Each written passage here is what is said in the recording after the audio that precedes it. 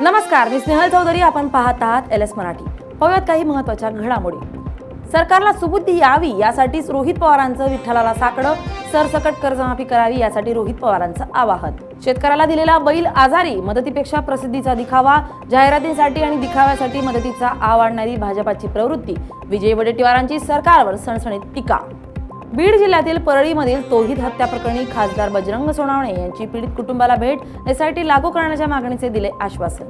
कोल्हापूर महानगरपालिकेत महापौरांच्या जनता दरबारात मोठा गोंधळ. हा जनता दरबार नसून सेटलमेंट दरबार असल्याचा नागरिकांनी केला आरोप. लातूर जिल्ह्यातील बोंबडी येथील शेतकऱ्याला दिलेला बैल आजारी.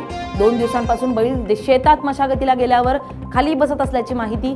बैल बदलून देण्याची शेतकऱ्यांची मागणी. उस्मानाबाद जनता बँकेच्या 7 संचालकांना हटवण्याचे RBIचे निर्देश.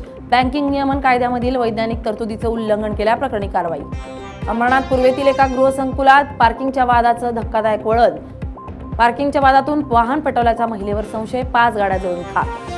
धाराशिव जिल्ह्यातील मुगाव येथे पार्टीनंतरच्या वादातून तरुणावर जीवघेणा हल्ला. अंबी पोलिसांकडून जखमीच्या जबाबाची नोंद. पुढील तपास सुरू. केरळ ते तळकोकण वेगवान प्रवास करणाऱ्या मान्सूनचा वेग मंदावला. शेतकऱ्यांकडून भात पेरणी थांबवल्याचं चित्र.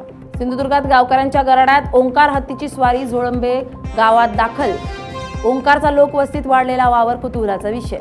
या होत्या काही महत्त्वाच्या घडामोडी. पाहत रहा LS मराठी, सत्याची नवी दिशा.